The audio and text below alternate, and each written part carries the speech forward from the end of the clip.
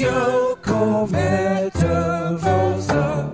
Paul Armfield live at Godot Bistro in Avellino. Thank you very much for being here and for your wonderful performance tonight. It was my pleasure. What a wonderful place. What a fantastic place to be. Like I was talking to you earlier, it's just one of the brilliant things about being on tour is that you go straight to the nice places. So I could have come to this town and never found this place if I'd have been here for a week. So it's just fantastic. This is the first tour date in Italy.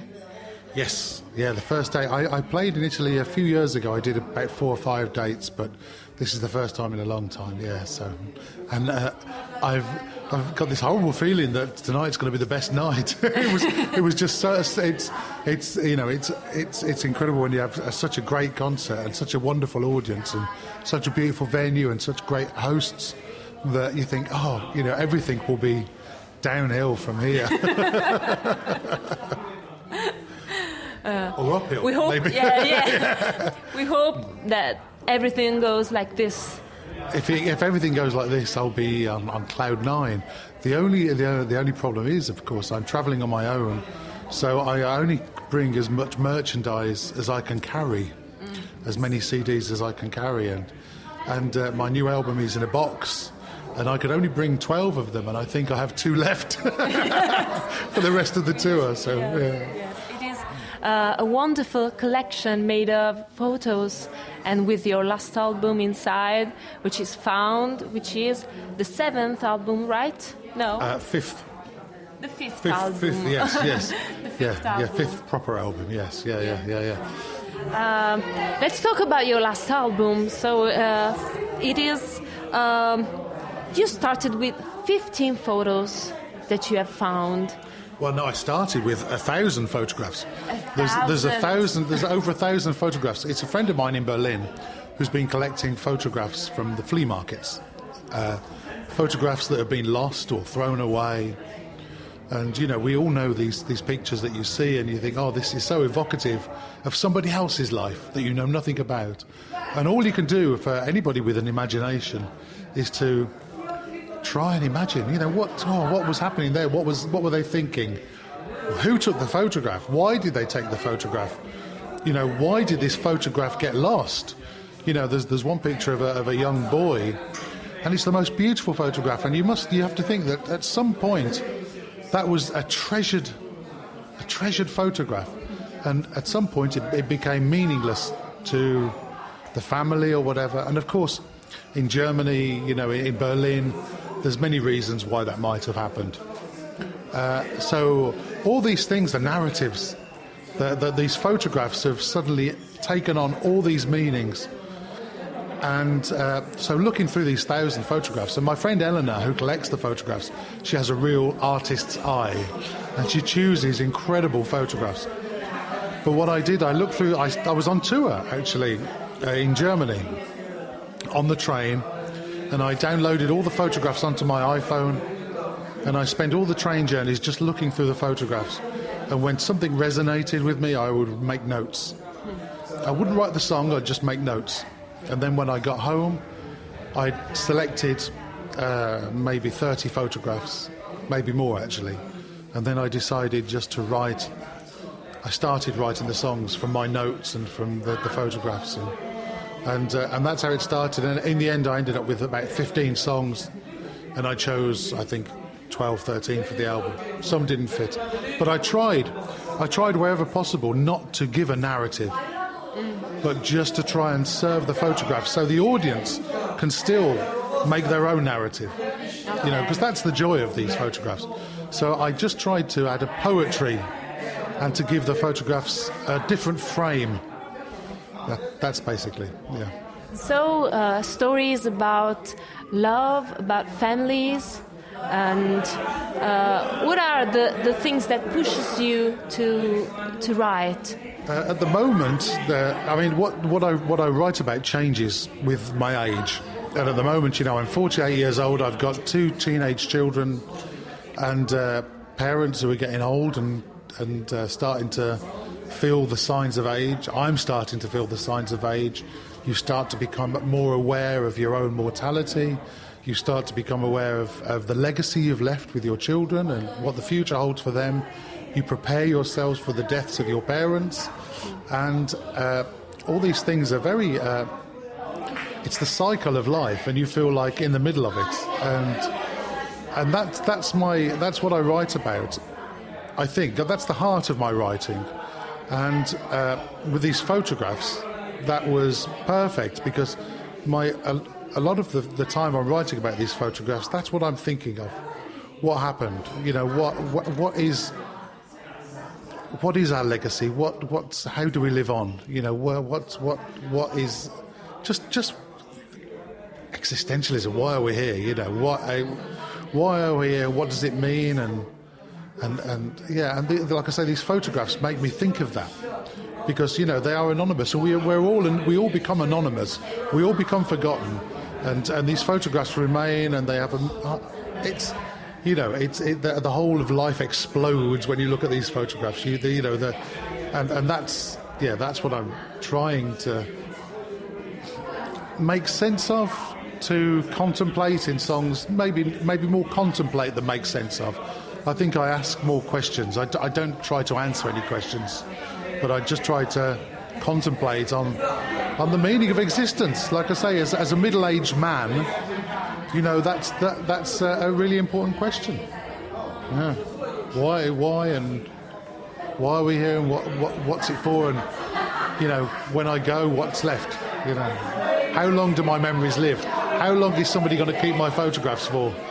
How long are my records going to last for? You know, all these things, you know, and I think, you know, I know my parents, for example, are they're starting to label things and starting to throw things out, and so that, you know, I'm not left with all their belongings, just thinking I want to throw them out, but they have sentimental value. You know, that's another question. So, and also as a middle-aged person, sorry, this is a very long answer, but as a middle-aged person, I noticed there's a real change in my acquisitional nature. So when I was, you know, when you grow up, you start buying things, and your possessions reflect something about you, and you acquire things, and you desire things, and you surround yourself with the things that you think matter to you. And then you reach a stage when you've got too much. It's too much. And you have to start, okay, what actually matters? What really matters? What do I need to keep? What can I get rid of? What can I take to the what can I throw out with the rubbish? You know, and you go from nest building, you know, which I think is what a lot of, when you're young, acquiring things, it's nest building, it's building a nest for the family to come, and then after that family are grown up and left, those things have less importance, and you start really getting rid of things instead of taking on new things. So I'm just fascinated with all that. Sorry. It's wonderful. Do you think that Found can have a sequel, in a sense? Well, yeah, and the sequel that I'm going to do, there's two elements of it that I would like to continue. One is that, as I was saying to you earlier, I've been asked as a result of this to write some songs for some films of the town I grew up in that have been found. There's a film society that's collecting old film of the town and curating it and looking after this film, and they want me to write some music around the film. So that's great. I love that I've got that role now. You know, that's my job, is to write nice things about pictures and to put them in a context. And the other thing is that the packaging that I did with this album, that happened by accident. I wanted to make a book of the photographs and to have with the book of the CD. But it was too expensive, and I found these boxes that I really liked, and I thought, well, postcards are lovely. These photographs are lovely. They'd be very nice as postcards with the lyrics on the back. So I really like this idea of packaging. So I'm working on several different albums at the moment, all but with And one of the albums I'm working on is an album of songs about walks, my favourite walks. So writing songs about this. And I also love doing lino cuts. It's a big hobby of mine. So I want to do a lino cut for each walk. You know a lino cut? It's like a print that you cut on... It's like a wood cut, but it's on lino. It's a man-made material. It's easier than wood cuts. So so I'm making these prints of the walks and writing the songs, and then I will present them in the same way as this, in postcards, with my illustrations of the walks, and with songs about the walks in a box. So I like that I will continue doing this visual accompaniment to the music, because it's had a great response, and you know, with being able to show the photographs in the performance, I think is a wonderful thing, because I'm quite happy to take the attention from me to something else in performance, and so that's a nice idea that will continue. You know, that I will continue to do performances with visual accompaniment. And the other albums you're working to? Yeah, so I'm making an album of bossa novas. The songs I've written. Me and a friend of mine, a producer, we said, let's make a beautiful album of bossa novas. And the bossa nova thing has maybe stretched now, so it's not just bossa novas, but we've tried to keep the beautiful description. So we're just trying to make a beautiful album that's perfect. Because before, I quite like with a lot of my records, I like the mistakes, I like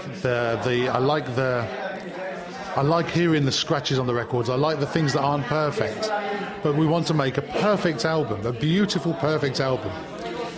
So that's one album I'm working on.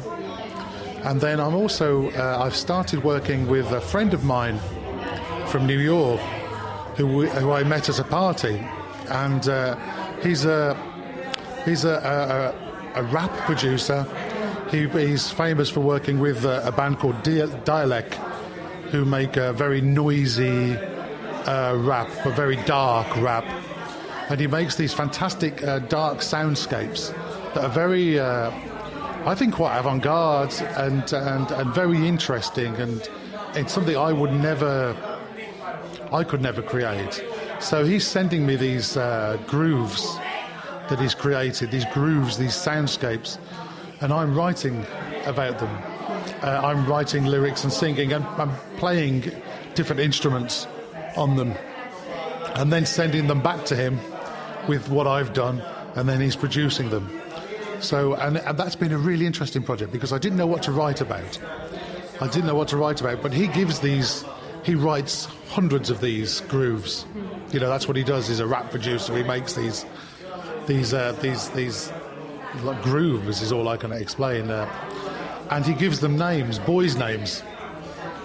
So I think when I was thinking what to write about with these grooves, because on their own they don't suggest anything, but his names, he gives them. I use the letters of the name to create a title. So the first song he sent me was called Josh, the boy's name Josh, and so I made it Jules on Slender Hands.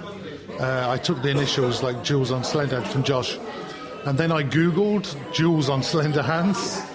I just came up with the phrase, and it was lots of pictures of Indian ladies' hands with, you know, the Indian ladies, they wear these hand jewellery. And then there was videos of them doing this hand dancing, the Asam Yukta Hasta, and they have these gestures, this like language of signs that's beautiful and graceful, but there's only a limited amount of symbols.